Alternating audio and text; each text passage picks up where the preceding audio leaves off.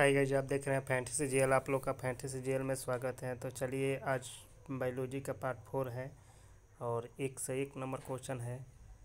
निम्नलिखित में से कौन सा ऊतक जड़ों से खाद्य पदार्थों का परिसंचरण करता है? तो आपका बी ऑप्शन सही हो जाएगा, जाइलम। एक से एक नंबर क्वेश्चन का बी ऑप्शन सही है, जाइलम। 102 नंबर क्वेश्चन है, डैश ऊतक की कोशिकाएं अलग अलग प्रकार के अस्थायी ऊतक बनाने के लिए पृथक होती हैं। तो आपका सी ऑप्शन सही हो जाएगा, विभाज्य ऊतक। यानी विभाज्य ऊतक वैसी होती हैं जो अस्थायी ऊतक बनाने के लिए अलग अलग होती हैं। तो आपका सी ऑप्शन सही हो जाएगा 102 नंबर क्वेश्चन का। तो ऊतक कितने प्रकार के होते हैं? तो 3 प्रकार के। तो सरल अस्थायी ऊतक, जटिल अस्थायी ऊतक और विशिष्ट ऊतक, 3 प्रकार के होते हैं ऊतक। 103 नंबर क्वेश्चन है, कोलेनकाइमा ऊतक की कोशिकाएं डैश से कोनों पर मोटी हो जाती हैं। यानी किसके कारण कोलेनकाइमा की ऊतक कोनों पर मोटी हो जाती हैं? तो आपका सी ऑप्शन सही हो जाएगा, सेलुलोज और पेक्टिन के कारण। सेलुलोज और पेक्टिन के कारण कोलेनकाइमा की ऊतक कोने पर मोटी हो जाती हैं। 104 नंबर क्वेश्चन है, रूट टिप या शूट टिप में कौन सा ऊतक पाया जाता है? रूट टिप या शूट टिप में कौन सा ऊतक पाया जाता है? आपका डी ऑप्शन सही हो जाएगा, विभाज्य ऊतक। ये 3 है, एक शीर्ष है, एक पार्श्वीय है, एक अंतर्विष्टीय है। यानी शीर्ष माने ऊपरी के हिस्सा और पार्श्व माने मध्य के हिस्सा, अंतर्विष्ट माने नीचे का हिस्सा। तो सबसे पहले शीर्ष के यानी ऊपर के हिस्सा को पढ़ते हैं।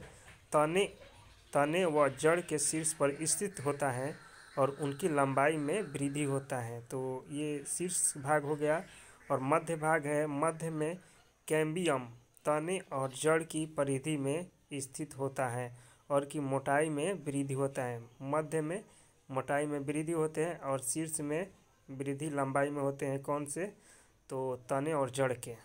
तो नीचे का हो गया, सबसे नीचे का पत्तियों के आधार पर टहनियों के परत के दोनों ओर स्थित होता है तथा इन भागों को वृद्धि करता है।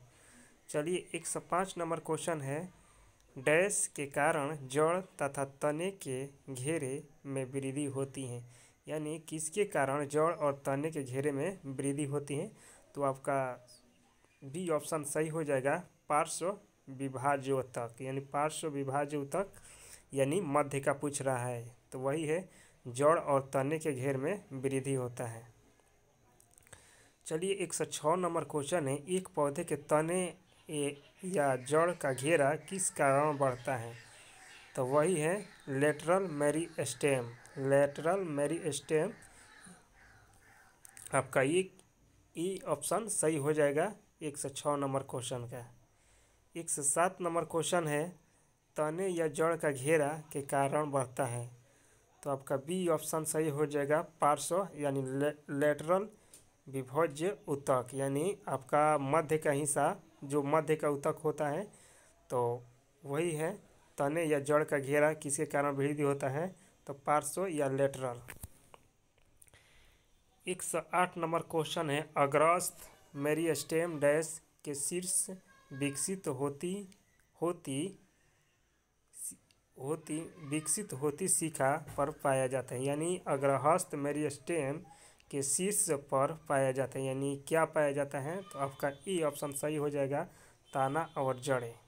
ताना और जड़ें अग्रहस्थ मेरिस्टेम के शीर्ष पर पाया जाता है। तो आपका ई ऑप्शन सही हो जाएगा। 109 नंबर क्वेश्चन है, पौधे में प्राथमिक वृद्धि इससे होती है। यानी पौधे में प्राथमिक वृद्धि किससे होती है? तो आपका बी ऑप्शन सही हो जाएगा, सी और डी। सी कौन है? तो अंतर्वेशी विभाज्य ऊतक और डी है शीर्ष विभाज्य ऊतक। ये सी और डी आपका सही हो जाएगा।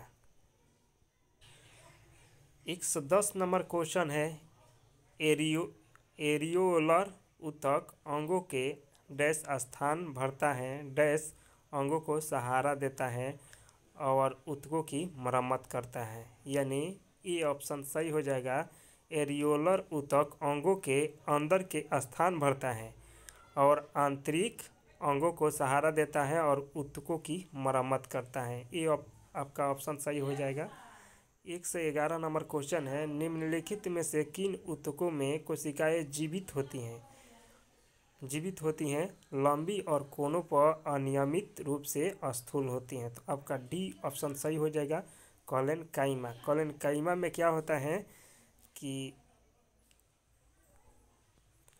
कोलेनकाइमा में होता है कि लंबी और कोनों पर अनियमित रूप से स्थूल होती हैं। तो कौन से ऊतक होता है? तो कोलेनकाइमा। आपका डी ऑप्शन सही हो जाएगा 11 नंबर क्वेश्चन का।